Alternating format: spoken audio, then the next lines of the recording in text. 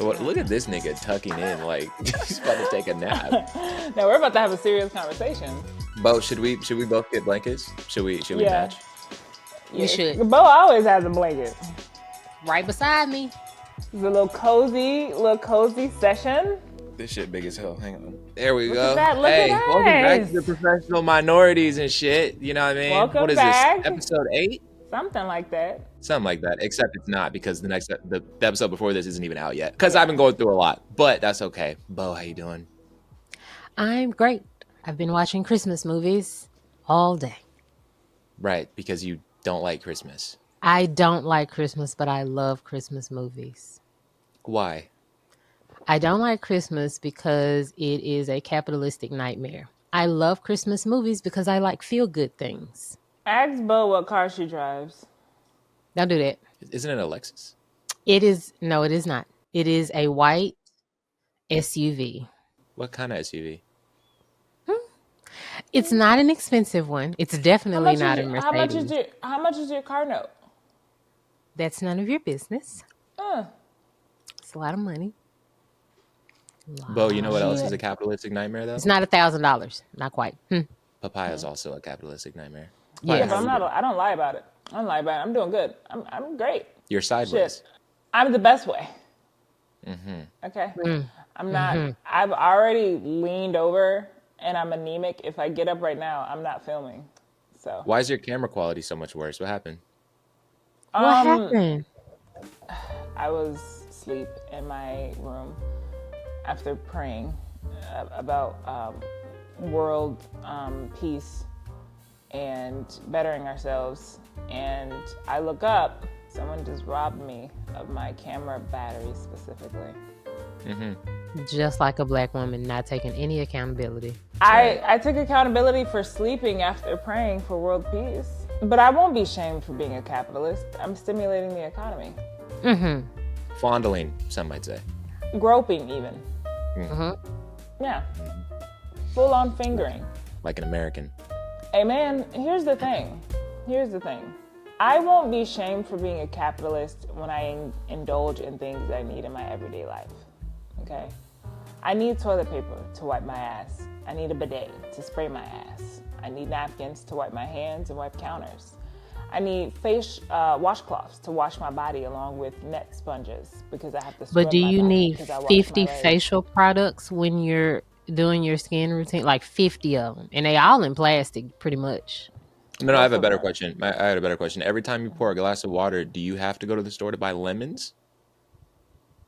I actually started doing delivery because I prefer to tip. There's no shame in my game when you pay $87 for Wendy's through DoorDash, Tamo.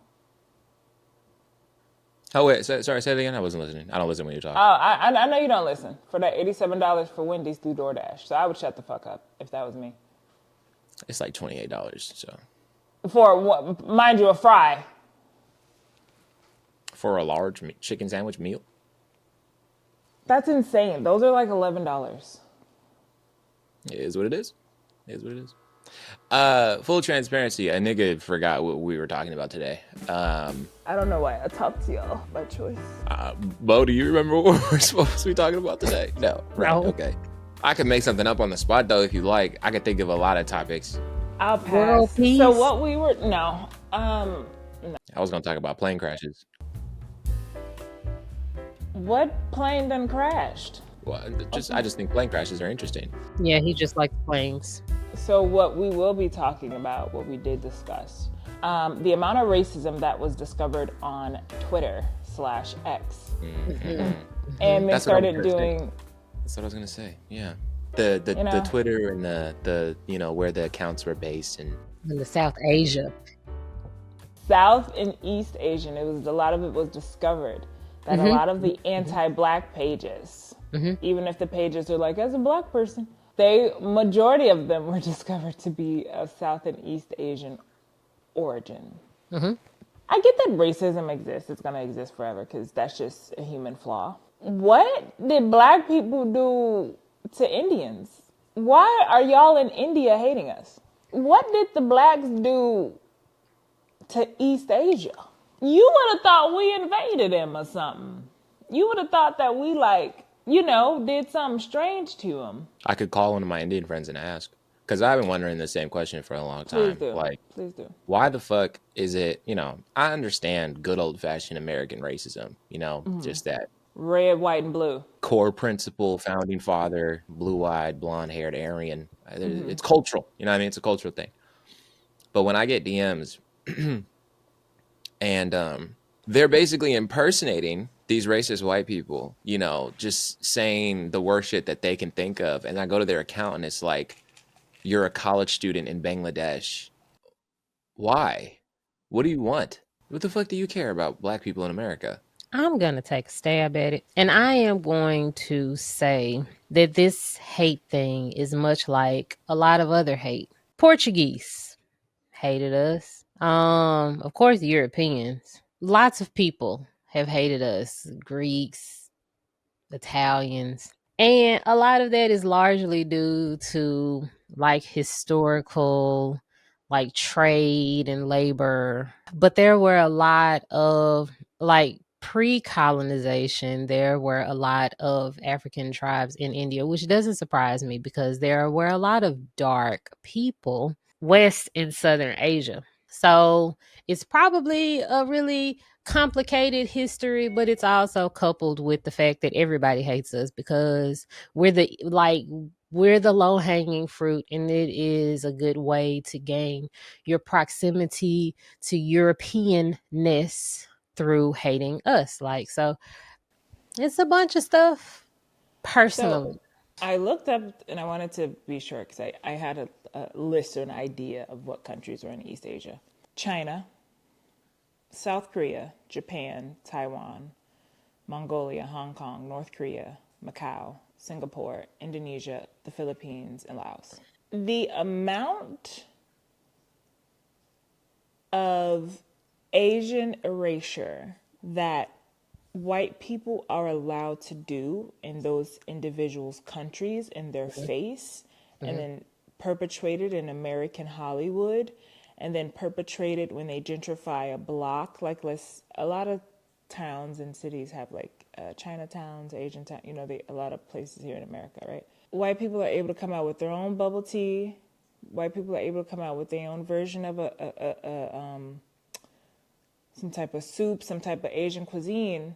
They'll complain about it briefly, but they'll be the ones primarily in those eateries. They'll be the ones listening to black music, not allowing black people in the establishments. They'll be the ones participating in the skin caste system. And in mass, largely, black people do not complain about the exclusion that we experience. There's some complaints, right? But globally, there's not this large revolt when it comes to black people saying, why don't you accept me? The biggest question for black Americans, not why does racism exist? Why do you hate me? Because we're not even in proximity to them. A lot of them just don't experience black Americans. They don't experience us. So what makes you log in on your phone? Right. You make an account, you make an email, fake number, WhatsApp, via the voice of Google, whatever that is, right? You make that account and then you go be racist, but it's just off of things you've simply never experienced. Like most of y'all ain't never walked past a black American, much less talk to them. You done seen a few videos of them, but you go on your phone, do racist shit, spew racist propaganda.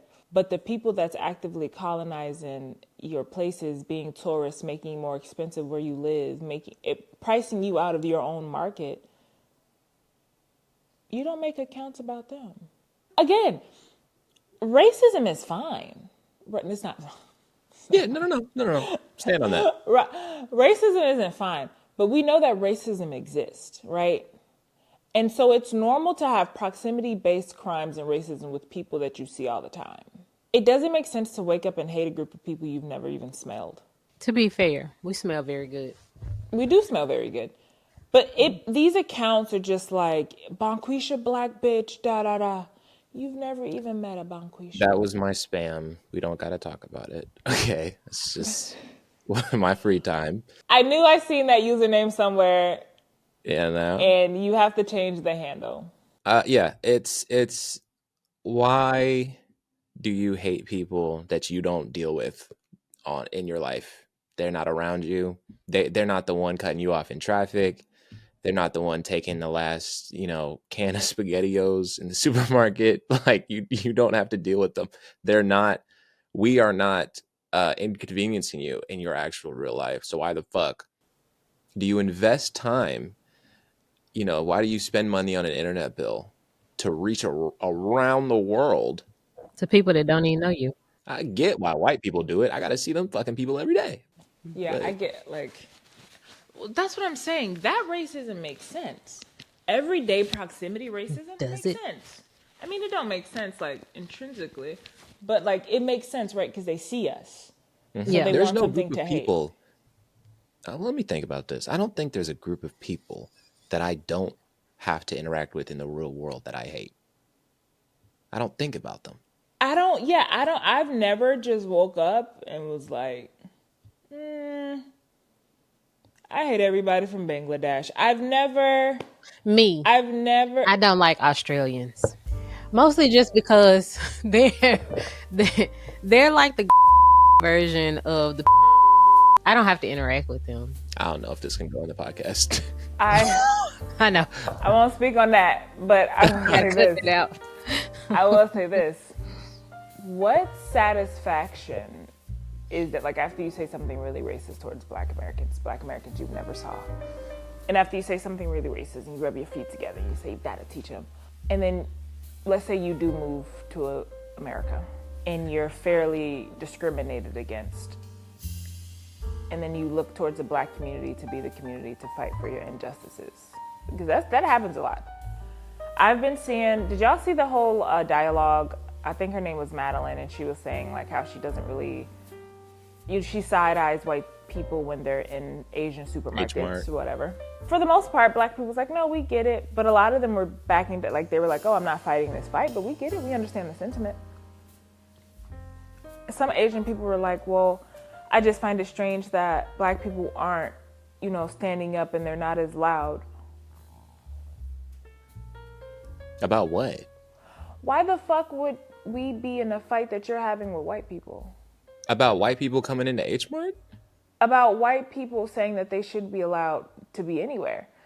And some Asian people are like, well, you shouldn't say that. Everyone should be able to shop wherever they want. We like to help them. Some Asian people are like, well, fuck that. We feel like they're making us a trend. They're fetishizing us, da-da-da. Then you have the middle people that are like, they see the Black people agreeing with them, but for the most part, they see Black people saying like, hey, this is your fight. This is just interesting for us to see. And they're getting upset that we're not in front of them while they fight it.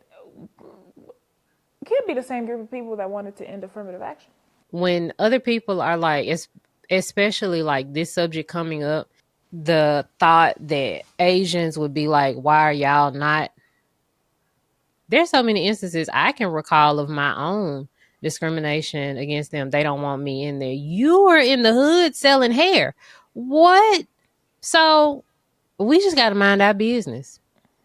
I'm gonna go to the beauty supply and buy like a This reminds me of that really big needle. phenomenon, and it was during, like, I think it was post-COVID. It was these influx of videos of Black women frequenting nail salons and hair salons. And I'm not saying all of them was innocent and like some of the shit that they was doing, but they were literally beating them across the back with brooms, merchandise stands, putting them in headlocks, punching them.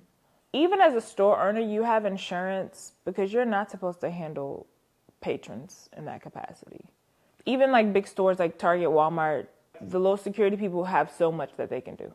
They cannot fight you. Some of them do, and then they lose their job. Walmart's like, thank you for fighting for us. You're fired, by the way. But thank you for fighting for us. I see these videos of how they just treat Black bodies, and it doesn't make me hate all of them. But it irritates me when they turn around and say, well, where's your support in this? What am I supporting? I support your right to have free speech. I'm not about to start an argument, a dialogue with white people about whether or not they can go to an Asian grocery store. That's not my culture to police. I go to them stores, I get what I need to get, and I go home. But why do you want me to stand in the forefront of your fight? And I can't even look at you to stand to the side of me and mine. And so when X came out and said, yeah, that was a large origin of anti-black rhetoric, how did we offend y'all in Taiwan? I never even been there. Shouldn't you be worrying about China? Have you been to Taiwan? I have, but That's probably why they don't like us. Okay. That's probably the reason why. Yeah, that I think explains that's a lot. We and you know found what? the I origin. wouldn't like that either. Anywhere this nigga has been, I don't expect them to like black people. It's a fucking menace. I'm literally the greatest thing ever. Says who? Me. Okay. All right. We'll make a tier list of the greatest things ever, and we'll see where you actually end up. Top of it. Oh. Self-confidence is a important, Don't have to be confident when I'm right. Look. Now that we had a conversation about y'all being fucking haters, that's crazy. That's crazy. I talk to y'all niggas often, and you're still haters. But look, one of the craziest You talk things. to us often. That's why we don't like you. We've had a lot of time To figure it out. Yeah. We've made a fair assessment. Yeah. We've had enough exposure to understand what we're dealing with. You know what I mean? But we still accept you. And we still talk to you. I don't need acceptance. Matter of fact, we never have to talk again after. I don't want acceptance. I don't want no motherfucking acceptance. Can y'all hear me? Make this the last acceptance to ever be accepted this motherfucking way. You all right? You accept? No, I'm not. Okay. I'm great. Okay. You right. All right, fucking losers. I'm great. Oh. Fantastic even. That's great. That's what's up. Yeah. Love that. For sure. For sure. Let me look at the news real quick. What's been going on the past couple of days? Because I haven't really been paying attention to what's been going on online and shit. Food prices haven't gone down. Let's see. There was a shooting. As always. And then there was another shooting. And then there was another shooting. This makes a lot of sense. And that's it. I love a good shooting. Oh. I watched Real patriotic. I watched Stranger Things. Just no gun, 5. no gun regulations, nothing. Just All right. Oh nigga. my God, season 5. Okay. Yeah, spoken like Okay. a true fucking nigga from Chicago. But yeah, I watched season 5. I was condemning it, nigga. Shut the fuck up. But look, William Byers. First of all, you know who bout it, Joyce. Joyce said, "Vecna, bitch. If you touch my son," she got her ass flung though. Flicked her like a dirty booger. He said, "Bitch, get your bald head out." But she was like, "Bitch," and another thing. Nah, you know who got flung? That little girl. Who, Holly? Yes. Yeah, he. Threw her hard as fuck into the bookshelf. She touched every wall in that house, I tell you. Beat the parents' ass, beat her ass. The dad got his ass folded clothes in him. Yeah. So here's the thing, right? I saw a TikTok where it was just a skit, and there was just this guy that was like Karen Wheeler versus the Demogorgon off a bottle of wine, and it was just a dude going like squaring up and shit. So I saw that with zero context. I was like, oh, she about to box the Demogorgon. I turn it on, she just got fucking slapped around, put straight in intensive care. No, like she did a little damage, but she was beating his ass, and then he was like, I actually don't have to get my ass beat. And then like he realized what he was. He was like, I'm actually a demon. So when Mike and Nancy went up and they were like, we got to go see our mom, the doctor was like, I don't think that's a good idea. We were like, no, it's an emergency. Our sister's missing. We got to talk to her. And he was like, she may never speak again, actually. He was like, she's just lucky to be alive. She's actually on death's doorstep right now. Like, if you talk to her, that's it. You're going to use the rest of her HP. And you know, the medical advancements back in the day wasn't that great. She literally that was it. So it was nothing but staples on her throat. And a little neck brace. She had a little hot glue neck brace, some staples. And they was like, you good? Can never drink again. She can never walk. Liquid's just going to fall through the holes in her neck. What really did it for me throughout the whole series is Will was basically like, how did you know you were gay? Mm-hmm. He was like, how did you know? Like, did someone tell you?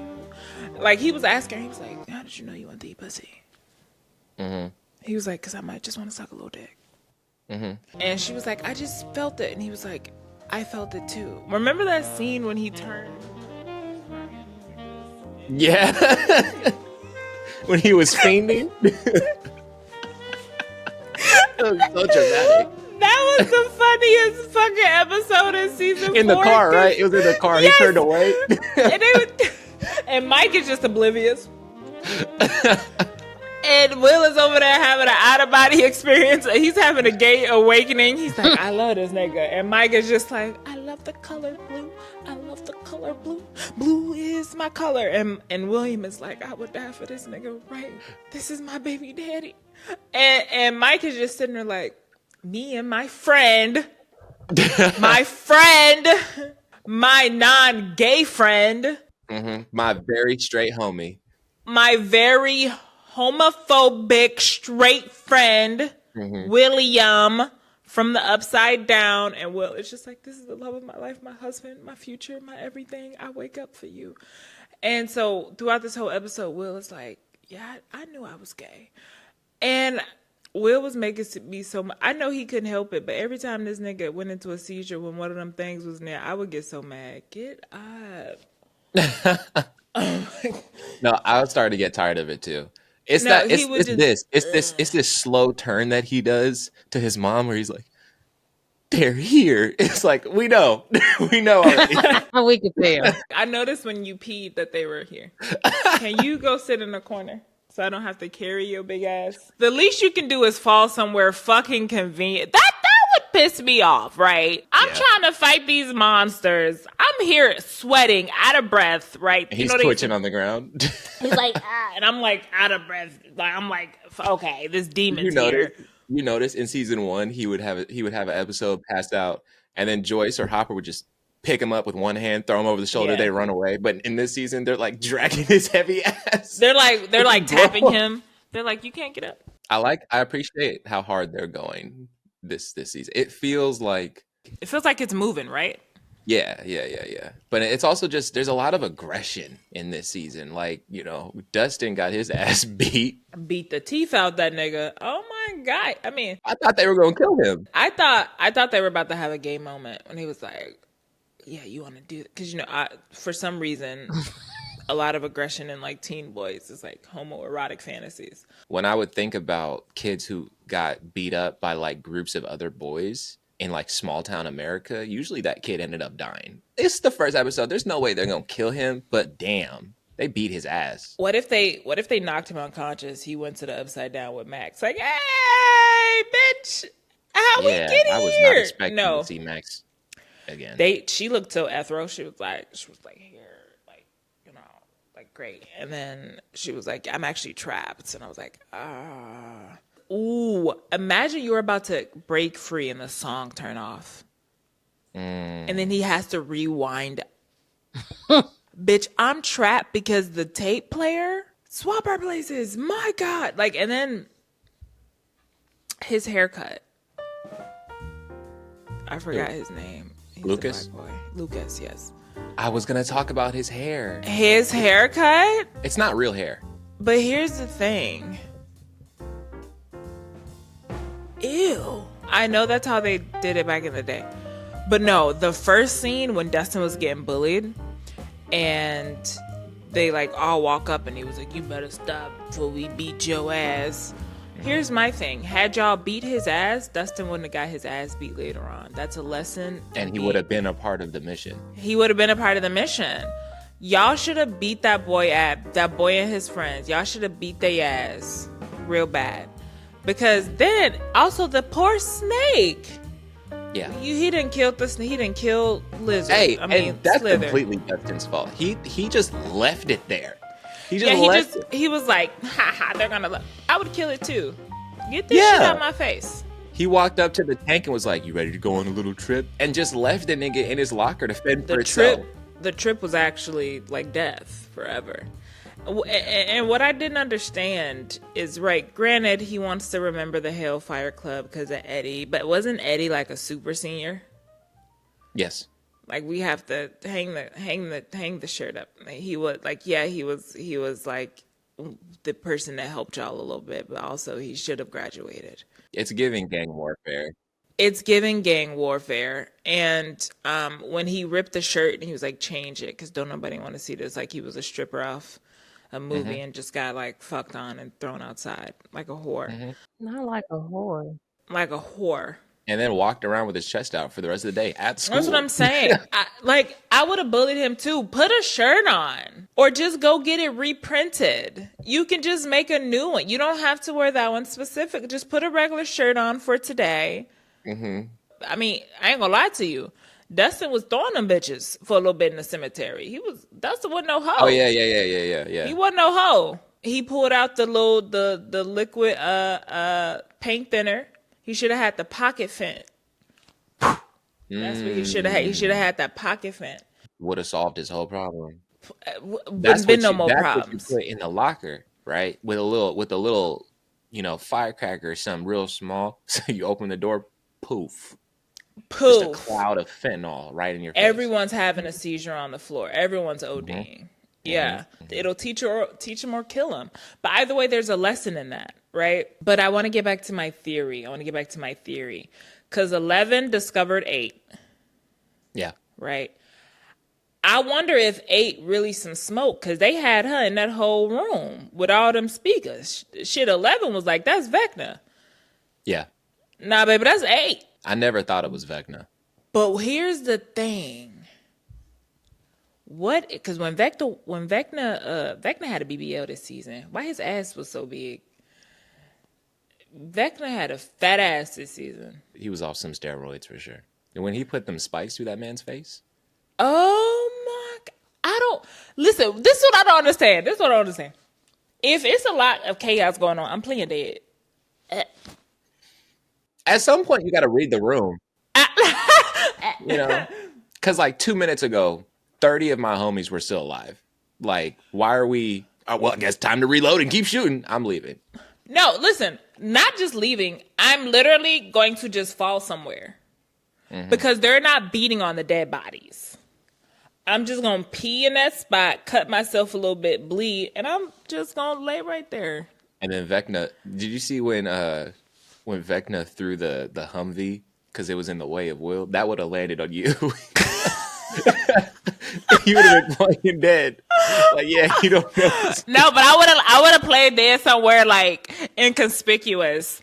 I wouldn't have played dead like right out in the and if I was Will, bitch, I would have been scared. Did you just throw that card and get to me? Oh my god! You know how heavy a Humvee is? With your mind? I would have been like, who made this nigga that mad? I would have asked Vecna, was it that serious? Was it ever that serious? I would have put my hand out. Wait, they don't love you like I love you. Wait. When Vecna said, don't go in the woods, that's where the monsters are, Max was out there. We found out it was just because Max was out there. Max was like, you have to go back to the house and be cool. Bitch, I'm not going back anywhere. What are you talking about? Go back to the house. You just said this nigga eating kids. Go back to the house? I really like the child's fairy tale feel. The costuming that they did for Holly. Because, like, the old fairy tales were like, they were all low-key horror stories. Yeah. Like, the nice person that feeds you treats and pancakes and shit, but is actually like to fatten you up to eat you. Yeah, exactly. Yeah, it's really creepy. This is what I think was so interesting, and Vecna said this to Will before Will had his gay a twink awakening. I know what I said, Bo, but that's what Will had at the end. He had a twink awakening. He was like, I'm not a bottom, I'm a switch. And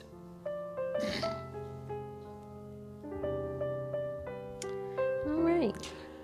so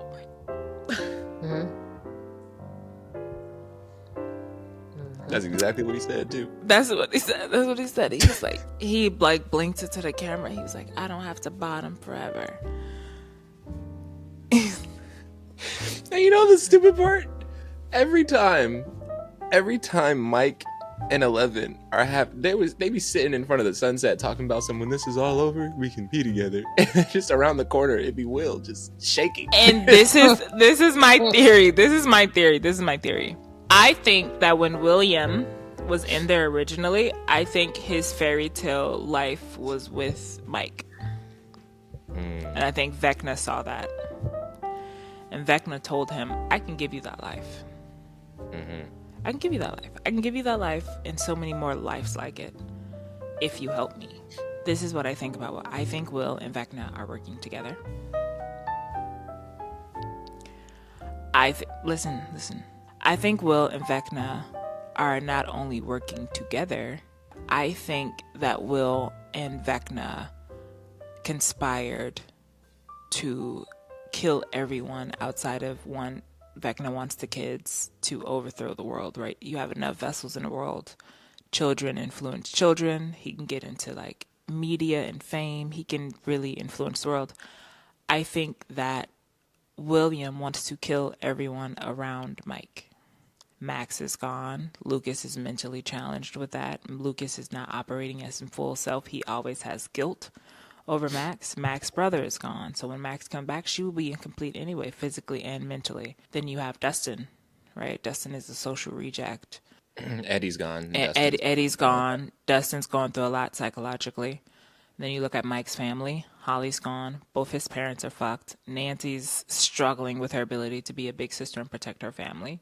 11 is fighting the upside down. She knows that she's an experiment. She knows that she was experimented on with children in the same place that Vecna was. Well, they was in the same like facility. So Vecna knows her. Vecna, if he really wanted to, I think he could kill her. He knows who she is. I think that William, in the end, when you've seen him become essentially like 11, but a little stronger, because 11 controls things that she can see, or that's in proximity. He was able to control the Demogorgons, one in the tunnel and another one, right? And so I think that Will and Vecna conspired to make William's dreams come true. And it can't be sweet. He has to put Mike in a position where William is the last thing standing, the last standing variable in his life, for that to equal and equate to quote unquote love. I know that's a far-fetched, I know that's a crazy assertion. You think the whole point of everything that's been going on for the past 5 years is so that Vecna, who is the physical manifestation of evil, who be ripping niggas in half and ripping their heads open and shit, the whole reason they're doing all of this, creating monsters, right, terrorizing little kids, is also that Will can live out his gay fantasy? No, not solely. I think Will came after. I think Vecna always had the want and need to conquer the world. But Will was the first child where he was like, maybe I can do this through you. Maybe I can take you and still have you in the physical world. But Will said, for me to do this, for me to go along with this, this is the fairy tale that I want. This is my version of a good life, right? Because Vecna was going to do it either way. So, like, let's say if Vecna had caught Mike first, and Mike met 11, I think that the story plot would be that they're destroying everything outside of Mike and 11 to push them closer, to make them want to be with each other. I think that Vecna has always been, especially from the experimentation in that lab, I don't think he started off evil. I think they turned him evil experimenting on him, right? But I think when he found Will, he was like, Henry, yeah. Because Henry wasn't originally evil. Yeah, he was. Henry wasn't originally evil. Yeah, he was. He was a little boy in that big ass house playing with Black Widow spiders, hiding them like hiding them around the house and shit. Those were his pets. Yeah, but having a Black Widow spider wasn't. He was killing bunnies as a child, playing with spiders. No, yeah. Henry was always evil. So, no, he was a young boy who was corrupted and transformed into the monster after being sent to the Upside Down by 11. Growing up, Henry, known as One, was a test subject at Hawkins National Laboratory, and after 11 banished him to the Upside Down, he was slowly corrupted and physically transformed into Vecna. But he killed his parents as a child. But, well, no. Yes, he killed his parents, but his parents weren't nice to him. Yes, they were. No, they weren't. Yes, they were. They moved into the house. They were like, all right, guys, new home, new life, yay! And then the little sister was running around. The mom was like, no running, dear. And then his weird, quiet ass off to the side was just kind of like tilting his head, like, I feel like I should torture animals. And then he killed his parents. No, I don't think that Henry. I'm gonna rewatch it, but I don't think that Henry started off. I think he started off as a child that was needed some discipline, maybe. But I think their lack of discipline and then them shipping him off to be experimented on. I think their lack of discipline and structure for him caused him to constantly spiral because kids will do that. And then once he got to the place where they were Dr. Banter, where they were experimenting on him, I think that made him worse. But I don't think he started off with the intention of like conquering the world and being a psychotic piece of shit. I think the Upside Down, which 11 banished him to, instead of killing him, transformed him into Vecna. But I don't think that Henry was just always a piece of shit. I think both of us are correct at the same time. He wasn't always Vecna, because you're right. Did the Upside Down always exist, or did 11 create it? I feel like I remember someone saying that 11 created the Upside Down. Right, exactly. And then that's where she put him, where he just kind of festered and became Vecna. Because he couldn't die. That was the thing. He couldn't die in the Upside Down. People can die in the Upside Down, but he couldn't. As a kid, he was always a weirdo. Right. He was always like doing some creepy, evil shit. After his parents died, the doctor found him and took him in. Right. And then they experimented on him. You're right. Yeah.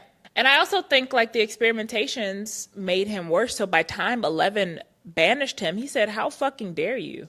I went through all this life of being experimented on. I went through all this shit. How dare you banish me here? The world is cruel. Then 11's like, I don't want to be here either. And he's like, girl, if you don't want to live in that fucking hellhole, you shouldn't have banished me. I could have freed you. I could have set you free. We could have ruled the world together. But I think that Vecna was always going to do what Vecna did. But I think this specific storyline is because Will was one of his first captures. And he was like, let me turn your fantasy into a reality. Like with Holly. She likes the Tiffany album. She likes the clothes, the Barbie boombox, and the food, and the baking cakes, and he made her and granted, she's not having gay fantasies about her friend. Will is. A lot. Fiending. And Vecna said, how can I make this true? How can I have him be with you in a world, especially in that time, it was very homophobic. There was no gay. I just imagine Vecna looking through different kids' minds. It's like, oh, what do you want? Okay, you want a little fire truck toy. Oh, what do you want? Oh, okay, you don't like this kid over here, and you like Barbies. What about you? Oh, you're just gay. He was like, he was like, nah, that's not enough to make you corrupt the world, dick. This is something I can take advantage of. He was like, and it's illegal. I can make it legal, and I can make them love you. You have a bowl cut. Oh, and then Will being like a troubled child, and then I think Will battled with his sexuality for a long time. And I think Vecna saw that, and he was like, you can be gay with me, homie. It's cool. I accept you. And I think, and this is a far-fetched, and I could be completely wrong, and it's okay if I'm wrong, but I think that this is a part of both of their ploys. I think Will wants Mike, and Vecna wants the world. And they was like, how can we get both? Use me to target my friends. The fact that he was able to stop the Demogorgons in their tracks that whole time, and the only thing you've been doing, bitch, is fainting when they come through a hole. You've been fainting this whole time because Vecna said some of us are weak, some of us So are. why didn't Will just let the Demogorgons kill Lucas? Because then I think that would break Mike too much. Mike wouldn't be able to be romantic at all. If But Lucas died, in this situation, Will does want 11 to die. in this situation, Will wants 11 to die. Yes. If 11 dies, Mike is gonna be sad. Mike is gonna depend on his friends heavily for support and emotional support. If Lucas dies, Mike is gonna depend on 11. My friend died, babe. Let me get some pussy. My friend's dead. That's what I would do if I was mourning. Now? I'd be like, my friend dead. Open your legs. If 11 dies, Okay. Mike's. Yeah. Don't let me mourn around somebody. Be moaning. No, but look, but but if 11 dies, William's like, bro, that's crazy. We both fought this monster together. I get it, bro. Come spend a night. Let me hold you. No, let me hold you. This isn't gay. This isn't gay. This isn't gay. We're friends. This We is play friends. Dungeons and Dragons. Comforting This each isn't other. gay. This Remember? is just this. Right? Remember, friends. Remember? Right? Yeah. If Lucas dies, Mike is gonna be like 11, my homie. Show me your titties. And right. So that's what I think. But I'm telling you, it makes sense. It makes sense. I wouldn't listen. Also, he couldn't let Rockin' Robin die. She's telling him how to be gay. She's Like, teaching him be the ways. yourself. She's his Lady Gaga. He was being a peeping Tom in the hospital, bro. No, he was. I was like, oh, Will not gay. And then really, I realized he's like, I want to do that with a man. And I was like, huh. At first, I was like, oh, he out of his gay phase. And then I realized this is worse than perversion. It's admiration. He's like, I want to do Can I that to tell you someone's son. The one moment that really pissed me off, because as I was watching the season, I was like, everything that they're doing right now makes sense. Everything they're doing right now makes sense. The struggles they're going through don't seem forced by the writers. It seems like they're weaving a web. Like, there's clearly a lot of setup, and I appreciated that. But the one thing that happened that really set me off was that little boy getting his hood off his face, and the doors were wide open on the barn, because they said, remember when we couldn't let Will know where he was, because then the monster would come. Same thing with that little boy, Derek. They were like, we got to drug out this family, and Erica handled that like a boss, right? Went in, finished that easy, right? That girl was like, I don't want to eat the pie. She pulled out a needle. Bitch, go to sleep. Yeah, Erica was like, you could keep watching your weight. Sleep. Yeah, go the fuck to sleep. They get the family in the van, right? Plan's going great. Drive them over to the barn, middle of nowhere, and they don't watch the family. They don't watch the little boy. They all just talking to each other. And then Steve was like, why did they turn around? And then Will's like, oh, it's coming to us. They turn around. That little boy, the hood is off his head. He's just looking at them like, let me go. Y'all couldn't watch him? This is the same shit that happened. Here's the thing. Duct tape his eyes and hands. Right. Put the duct tape around his head. This is what I'm saying. Also, he wears glasses. Break his glasses. But this is what I'm saying. Whether or not that little boy knew where he was, Will knew where he was. It's all part of your theory. Will knew where he was. Will took the hood off the little boy. Will used his telekinesis. He was in his mind like, I'd take the hood off, but that's just me. I ain't no bitch. And the little boy was like, I ain't no bitch. Suck my, he's a vulgar child. He's a vulgar kid. But I think that I'm just saying. I think that Will knew where he was, but I also think that Will didn't watch him because Will was like, you got to come get his little fat ass. And then also, there's no way that you guys thought that y'all were about to take all the kids. Will seeing this, Will orchestrating this plan, and Vecna was like, let it happen. Mm-hmm. Why did no one think to ever leave Will at home? Mm-hmm. Because Robin was like, oh, you're like in the hive mind. Yeah, leave him You're at the the hive. You're the hive. Yeah, you have to stay home. Actually, Mm-hmm. you have to I would have put him in that junkyard and handcuffed him to a fender. with a bag over his head. Yeah. Because when everyone's like, this is a great thing, you're in the hive. He's literally, every plan you're saying to him, he's saying to Vecna. They're like, we're going to dig the kids out. Hey, Vecna, we're about to dig the kids out. They knew, right, about the whole truck thing. They knew to chase down the truck. They weren't just seeing through the kids. Will was there the whole time as they're making this plan. The one thing I think this theory would explain is why the Demogorgons attacked this convoy at the beginning of the first episode with the crawl. When the trucks were driving through, when they first went in, and then they just crashed because Demogorgons just attacked. It seemed really random. Because they usually never do that. Because they go through there all the time. Exactly. And then the Demogorgons attacked, killed everybody. Because then he wanted 11 to go into the Upside Down and be stuck there. With Papa. Yeah. You are like Papa. Hop was pissing me off this season, I'm not gonna lie. No, because I would have had 11 as right in the forefront. Killed him, daughter. My God, my back hurt. I'm old. Yeah. I would have unleashed her. But this is what I never understood. How did our military manage to make a base in the Upside Down? That's what I thought too. They'd be like, the helicopters are coming through. The helicopters? Yeah, I saw helicopters flying around the Upside Down. I'm like, yeah, literally, they was like, yeah, we're going to kill him. Backups coming through. I thought the air was toxic in the Upside Down. They said that in a past season.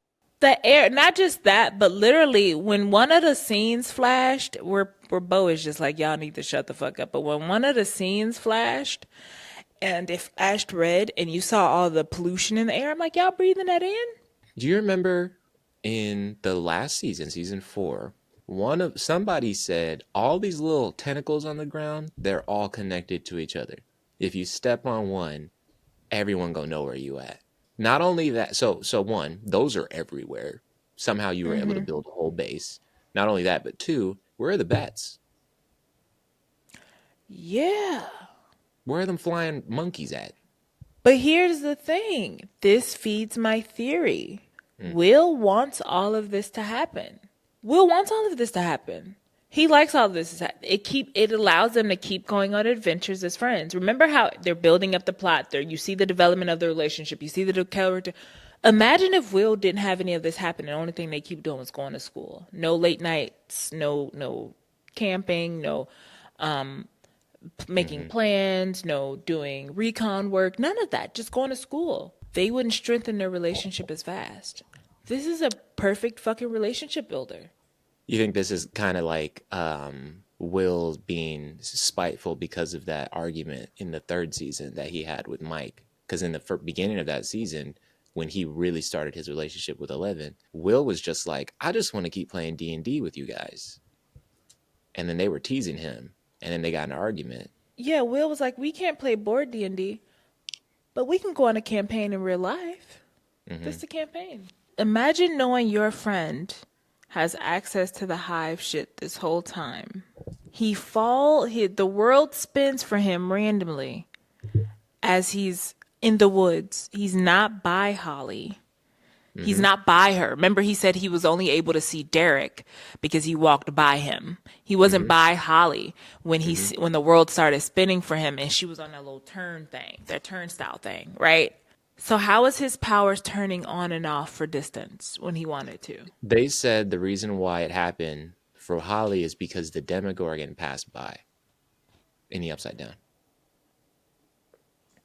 Yeah, but with Derek, he's seen it happen with Derek walking past him. Those kids that he was by, he walked past them quite often. Frequently. They were all at recess. Yeah, I don't know.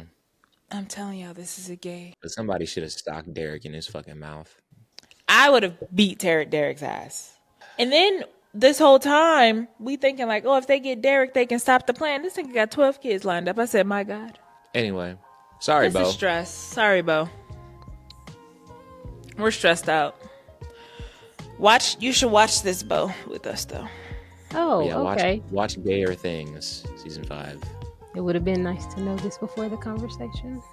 Maybe, yeah, a little bit. To be fair, we didn't plan this. I wasn't know. so I've been up since 3 o'clock and I was bored. I was like, fuck it, I'm gonna watch season 5, and then I liked it more than I thought I was going to. I told you. You kept saying, no, what if it's slow? I told your ass. I said, no, it's great. Bo, you should watch it. You should. Watch gayer things. Yeah, the title for this episode is either gonna be gayer things or just like be who you are or something in like rainbow letters. Applause from like the Lady Gaga album. That poor boy just fiending. God. Fiending. He's like, that's my dick and I need it now. Vecna. Like, oh my God. I never want a motherfucker to love me that much. They make a deal with the devil. To tear the earth open. They're like, how much you love him? This much. And it's like unleashing hellhounds from hell, demons from hell. Never loved me that much. But this has been an amazing episode. So we're gonna be following along with y'all. The next season, next half is released December 25th, I think they said. So right there, Chris's. Bo, do you have anything else you want to talk about before we end the episode? She's sick of us. Valid. I'm good. I would be sick of Tamo too. Bye, guys.